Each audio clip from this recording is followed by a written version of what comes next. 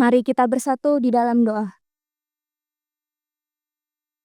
Kembali kami ucap syukur kepadamu ya Tuhan, atas penyertaan-Mu yang masih melingkupi kehidupan kami hingga pada saat ini. Dan pada saat ini ya Tuhan, kami akan mendengarkan sebagian dari firman-Mu. Jagai hati dan pikiran kami agar kami dapat mengerti apa maksud dari firman-Mu. Berfirmanlah ya Tuhan, karena kami siap mendengar. Amin. Firman Tuhan kita pada hari Minggu ini tanggal 13 Juli 2025 terambil dari kitab Ulangan pasal yang ke-30 dimulai dari ayatnya yang ke-15 hingga ke-20. Saya akan membacakannya bagi kita semua. Ingatlah, aku menghadapkan kepadamu pada hari ini kehidupan dan keberuntungan, kematian dan kecelakaan. Karena pada hari ini, aku memerintahkan kepadamu untuk mengasihi Tuhan Allahmu dengan hidup menurut jalan yang ditunjukkannya dan berpegang pada perintah, ketetapan, dan peraturannya, supaya engkau hidup dan bertambah banyak dan diberkati oleh Tuhan Allahmu di negeri kemana engkau masuk untuk mendudukinya.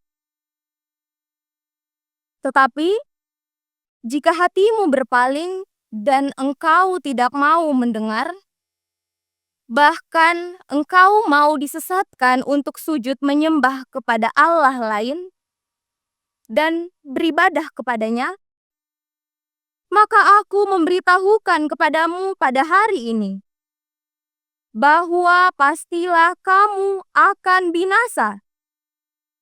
Tidak akan lanjut umurmu di tanah kemana engkau pergi menyeberangi sungai Yordan untuk mendudukinya. Aku memanggil langit dan bumi menjadi saksi terhadap kamu pada hari ini. Kepadamu kuperhadapkan kehidupan dan kematian, berkat dan kutuk. Pilihlah kehidupan, supaya engkau hidup, baik engkau maupun keturunanmu, dengan mengasihi Tuhan Allahmu, mendengarkan suaranya dan berpaut padanya. Sebab hal itu berarti hidupmu dan lanjut umurmu untuk tinggal di tanah yang dijanjikan Tuhan dengan sumpah kepada nenek moyangmu, yakni kepada Abraham, Ishak, dan Yakub, untuk memberikannya kepada mereka. Demikianlah firman Tuhan. Shalom. Selamat hari Minggu bagi kita semua. Amanginang dan saudara-saudara yang terkasih di dalam nama Tuhan Yesus Kristus. Pertama-tama, izinkan saya mengucapkan rasa terima kasih karena diberikan kesempatan untuk berdiri di mimbar kita pada hari ini dan kami dapat berpraktek di HKBP Sintanawulinin. Amanginang, memang di antara kita pun tidak terfikirkan, tidak ada yang tahu rencana Tuhan mengapa kami ditempatkan berpraktek di HKBP Sintanawul ini. Kurang lebih selama 2 bulan, kami berpraktek bersama-sama dengan kita di HKBP Sintanawul ini. Dan di minggu depan, karena waktu berjalan sangat cepat seperti bom, waktu yang tidak terasa, minggu depan adalah saat terakhir kami berpraktek bersama-sama dengan kita. Dan pada kesempatan hari ini adalah kesempatan yang pertama bagi saya dan juga kesempatan yang terakhir palingnya bagi saya berkhotbah di mimbar gereja yang kutekintali. Maka dari itu, Amanginang, izinkan saya menyampaikan firman Tuhan kita pada pagi hari ini. Saudara-saudara sekalian, ketika kita hadir di gereja ini, kita hadir untuk memuji dan memuliakan Tuhan, Pak. Ini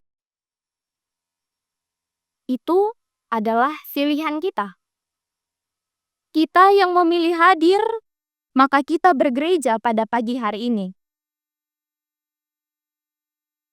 Pilihan itu dalam kehidupan kita tentu ada. Pilihan kita untuk mendengarkan firman Tuhan atau bahkan tidak melakukannya adalah pilihan kita.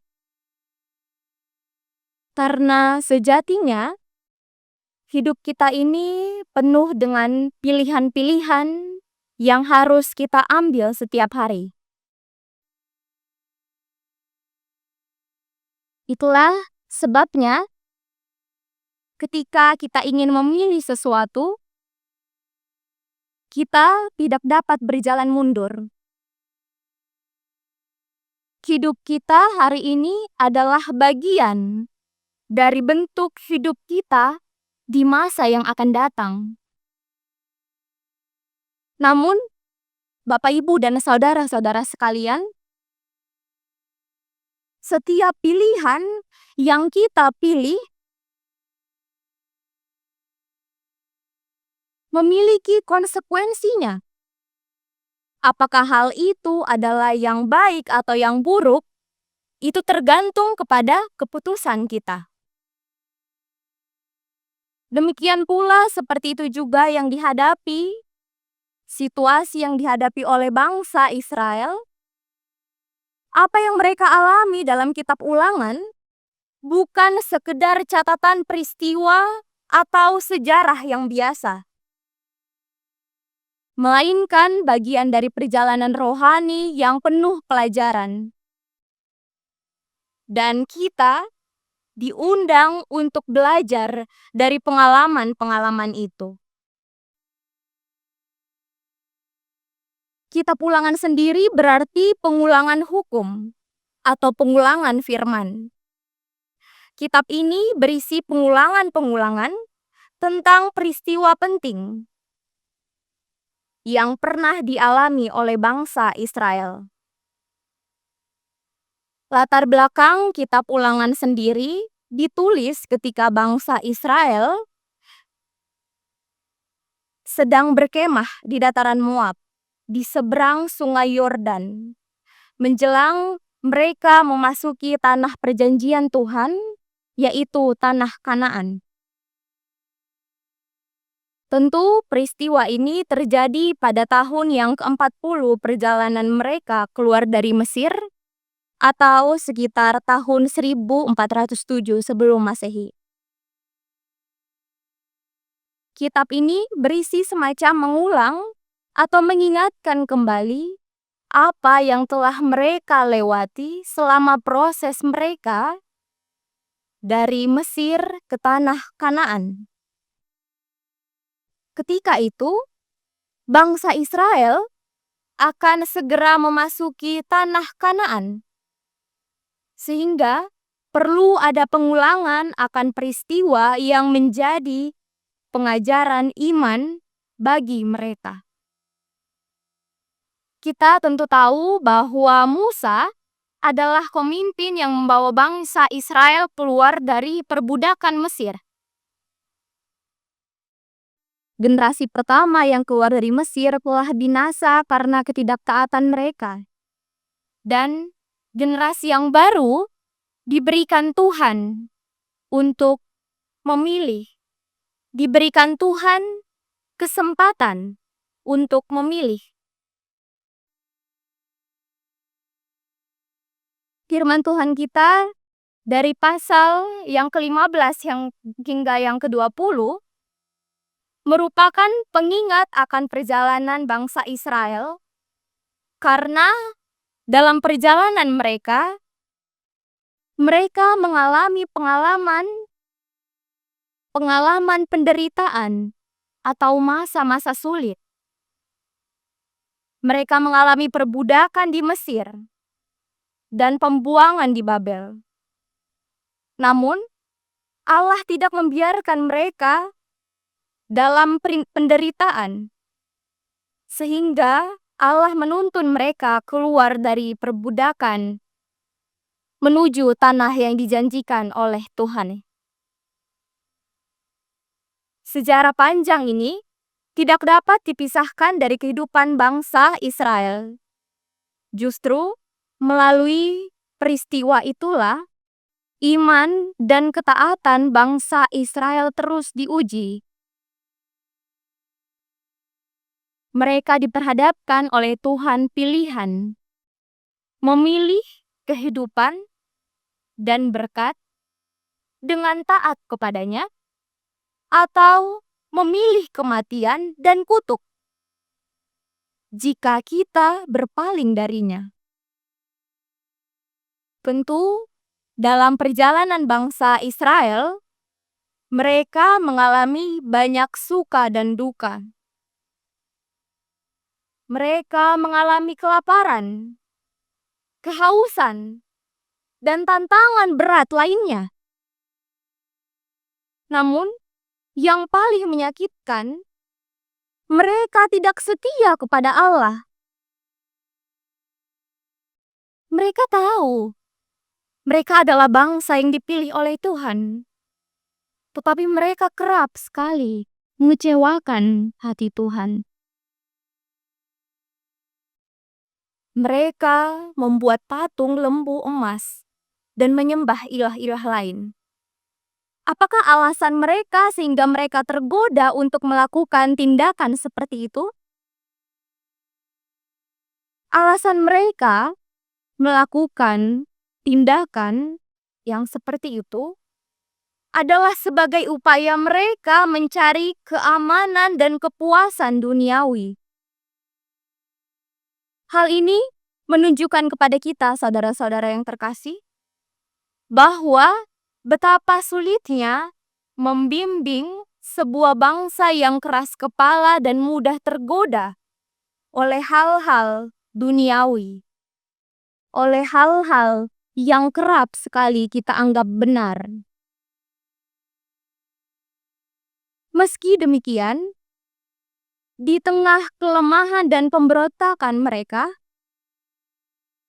apakah Allah murka dan meninggalkan mereka? Tentu saja Allah murka kepada bangsa pilihannya yang tidak taat kepadanya. Walaupun umatnya meninggalkannya, tetapi Allah tetap memberikan kasih-Nya untuk menuntun bangsa pilihannya. Allah tidak mentolerir dosa, karena dosa menghalangi manusia untuk mengenal kebenaran dan kasih-Nya. Sekalipun Allah murka, Ia tidak meninggalkan umat-Nya sendirian. Ia mengutus Musa, seorang pemimpin yang sudah tua dan lemah secara fisik. Tetapi dalam iman dan panggilannya, dia tetap kuat untuk memimpin bangsa Israel menyuarakan firman Tuhan. Melalui Musa, Allah mengingatkan mereka akan pilihan penting yang harus mereka ambil antara hidup dan berkat, atau kematian dan kecelakaan. Saudara-saudara yang dikasihi dalam nama Tuhan Yesus Kristus, pernahkah kita bertanya dalam diri kita atau sepintas teringat di dalam pikiran kita? Kalau Tuhan itu Maha Tahu dan Maha Baik, mengapa dunia ini rusak? Kalau Tuhan itu Maha Tahu dan Maha Baik, mengapa kehidupan ini masih banyak orang yang mengalami penderitaan? Kalau Tuhan itu Maha Tahu dan Maha Baik,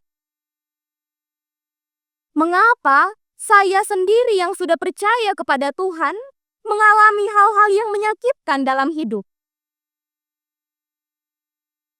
Apakah kita pernah terfikirkan atau terlintas di benak kita sejenak. Ketika kita kecewa, ketika penderitaan datang, kita menyalahkan Tuhan. Kita mempertanyakan Tuhan, apakah Tuhan itu Maha Tahu? Tetapi mengapa Dia memberikan penderitaan?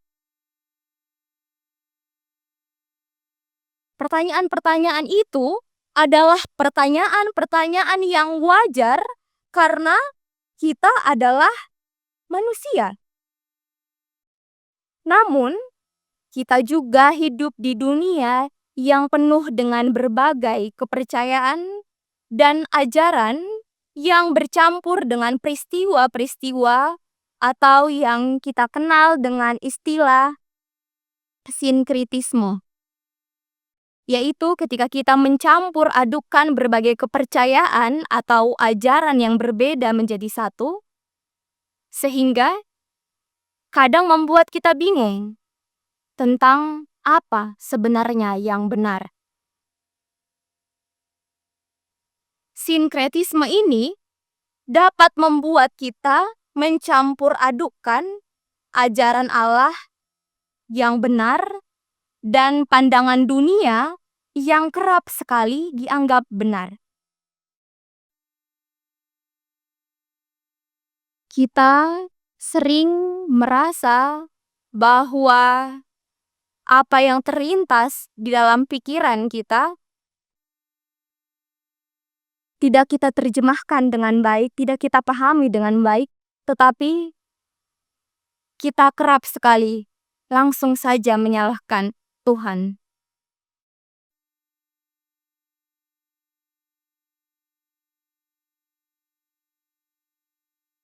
Maka dari itu, penting bagi kita ketika kita merasa jauh daripada Tuhan, kita harus kembali kepada firman Tuhan dan memahami bahwa penderitaan bukanlah tanda bahwa Tuhan meninggalkan kita. Bukan berarti Tuhan tidak peduli ketika penderitaan terjadi dalam kehidupan kita. Melainkan, penderitaan merupakan bagian dari rencana dan proses pertumbuhan iman yang harus kita jalani. Saudara-saudara sekalian, apabila kita melihat di ayat yang ke-15 dan yang ke-16, Musa mengatakan, "Lihatlah, aku memperhadapkan kepadamu pada hari ini kehidupan dan keberuntungan, kematian dan kecelakaan." Ungkapan yang disampaikan oleh Musa bukan sekedar ungkapan retoris, tetapi sebuah realitas spiritual yang menuntut keputusan.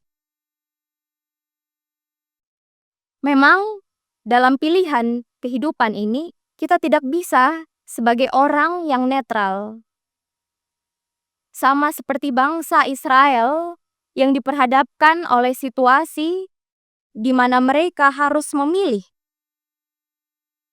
antara hidup dan keberuntungan atau kematian. Hidup dan keberuntungan berarti hidup dalam hadirat Allah yang penuh berkat dan damai sejahtera. Jika kita memilih kematian, itu adalah bukti keterpisahan diri kita dengan Allah. Dan seringkali lahir dari ketidaktaatan kita akan firman-Nya. Hal ini ingin menunjukkan bahwa kehidupan bangsa Israel sebetulnya ditentukan oleh kehendak bangsa Israel sendiri. Allah memberikan kesempatan untuk menentukan hidup mereka. Saudara-saudara sekalian, pasti kita pernah mendengar pepatah Latin yang mengatakan memento mori. Istilah yang sering kita dengar pada ujung tahun gerejawi atau yang akrab dengan peringatan kematian orang yang sudah meninggal. Tentu, sebagai manusia, siapapun itu, kita tidak akan pernah luput dari kematian. Namun, kematian bukan berarti selalu hal yang buruk. Justru, kematian mengingatkan kita tentang arti kehidupan. Bagaimana jika kita tidak mati dan kita hidup selamanya di bumi ini? Mungkin arti kehidupan ini akan memudar. Kita tidak lagi menghargai kehidupan kita. Jika kita berniat untuk melakukan sesuatu dan berusaha melakukannya, pada akhirnya kita akan berpikir bahwa hari esok masih ada.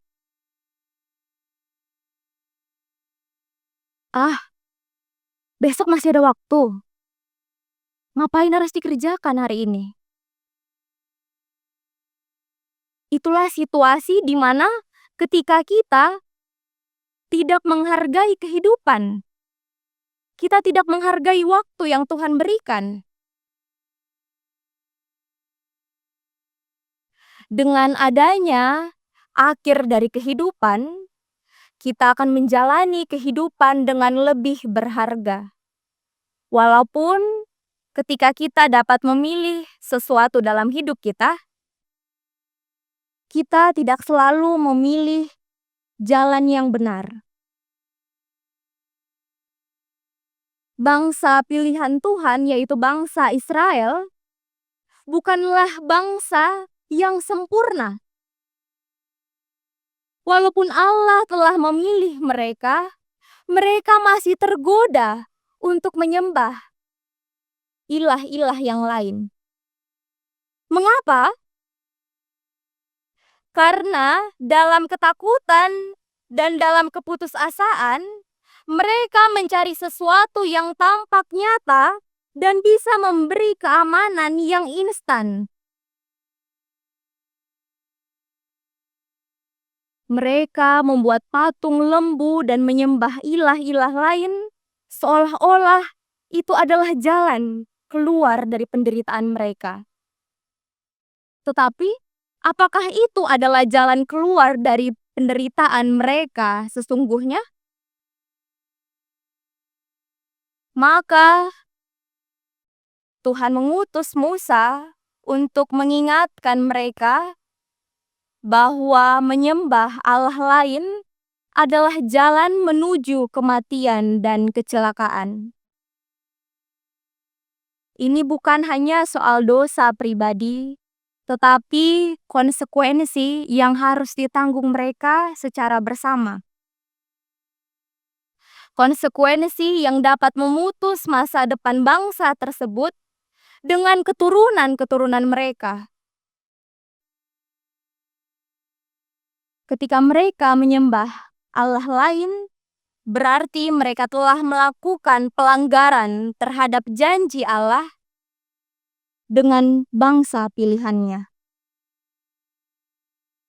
Karena itu, perjanjian yang mereka lakukan bersifat kolektif. Dosa yang mereka lakukan menyebabkan seluruh bangsa kehilangan berkat dan perlindungan Allah secara menyeluruh. Akibatnya, bukan hanya satu orang berdosa yang terkena dampak, tetapi seluruh bangsa mengalami konsekuensi itu.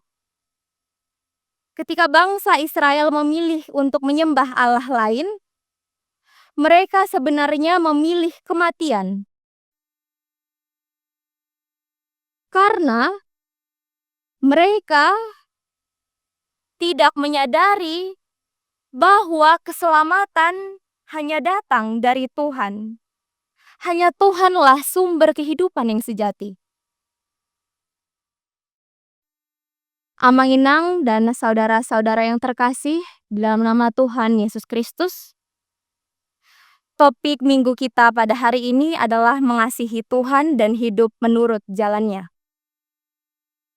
Di zaman sekarang, kita sering melihat banyak orang yang memilih kematian daripada kehidupan. Dan lebih banyak orang berbuat kejahatan daripada berbuat kebaikan. Kita lihat banyak orang yang masih muda, tetapi mereka memilih untuk bunuh diri.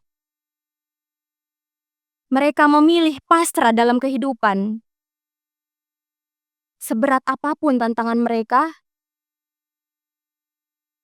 tidak seharusnya bunuh diri menjadi salah satu tindakan yang instan untuk melepas semua penderitaannya.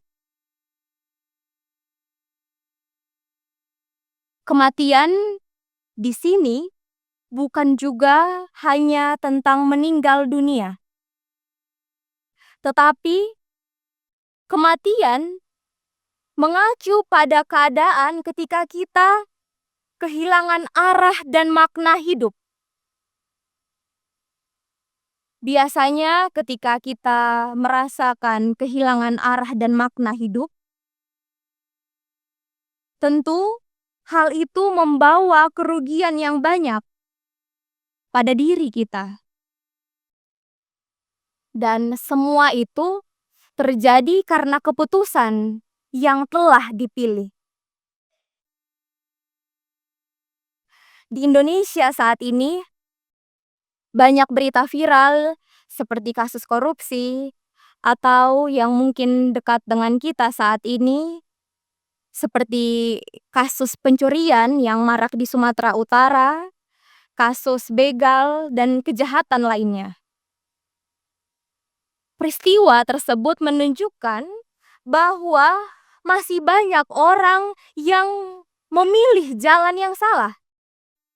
Mereka lebih memilih jalan kematian dalam arti kehilangan arah dan makna hidup. Mereka lebih memilih melakukan kejahatan daripada melakukan kebaikan. Memang lebih mudah bagi kita untuk melakukan yang jahat daripada kita dengan sabar dan tekun berbuat kebaikan. Pilihan ini tidak hanya merugikan diri mereka sendiri, tetapi pilihan yang mereka tetapkan membawa dampak buruk bagi keluarga dan masyarakat yang lebih luas tentunya. Dalam khotbah kita pada hari ini, Musa ingin mengajak kita untuk memilih hidup. Siapakah hidup itu? Jika kita membuka dalam Yohanes 14 ayatnya yang ke-6, tertulis bahwa Yesus Kristus adalah jalan, kebenaran, dan hidup. Artinya, ketika kita memilih untuk hidup sejati, kita memilih hidup untuk mengikut Yesus Kristus. Namun, setelah kita mengambil keputusan itu, apakah yang harusnya kita lakukan? Apakah kita akan berpaling seperti bangsa Israel? Atau kita akan tetap setia pada pilihan kita untuk mengikut Kristus? Kita mungkin sering mendengar ungkapan, hidup adalah pilihan. Jangan sampai kita tergoda oleh tawaran dunia yang tampaknya menarik bagi kita. Tetapi tawaran-tawaran duniawi tersebut membuat kita menjadi hilang arah dan tujuan. Membuat kita menjadi rohani kita menjadi mati. Memang kita sebagai manusia diberikan berbagai kenikmatan dunia. Tetapi jika kita tidak berhati-hati, hal itu dapat menghancurkan kehidupan kita. Amang Inang dan saudara-saudara sekalian, ada sebuah lagu yang sepertinya terinspirasi dari teks khotbah kita pada hari ini. Mungkin lagu ini tidak asing lagi kita dengar. Lagu rohani yang berjudul Pilitma Hangoluani, Aihodo Hangoluan. Lagu itu ingin mengatakan dengan jelas bahwa ketika kita taat kepada Tuhan, kita akan mendapatkan kehidupan. Bahkan keturunan kita juga akan diberkati. Dan sebaliknya, jika kita tidak taat kepada Tuhan, kita akan menerima kematian sebagai akibatnya. Kita bisa merasakan kehilangan arah dalam hidup ini. Jika kita mengandalkan pikiran kita sendiri, tentu tidak mungkin selamanya bisa. Karena kebijaksanaan yang manusia miliki adalah kebijaksanaan yang terbatas.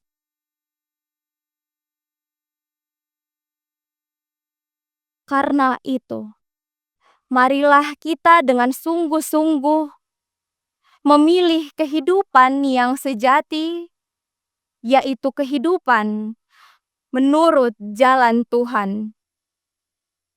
Dengan mengikuti kehendak Tuhan, kita tidak hanya mendapat berkat bagi diri kita sendiri, tetapi kita juga akan menjadi berkat bagi orang-orang sekitar kita. Pilihan kita mengikut Tuhan akan membawa kita kepada sukacita, damai, dan harapan yang kekal. Marilah kita teguh melangkah di jalannya dan hidup dalam kasih serta taat kepada Tuhan setiap hari. Mari kita bersatu. Amin. Mari kita bersatu di dalam doa.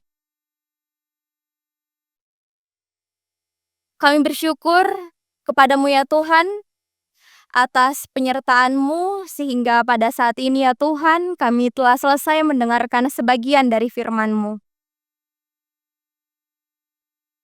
Berikanlah Tuhan firman yang telah kami dengarkan agar dapat kami terapkan dalam kehidupan kami. Kami boleh menjadi pelaku-pelaku firman-Mu.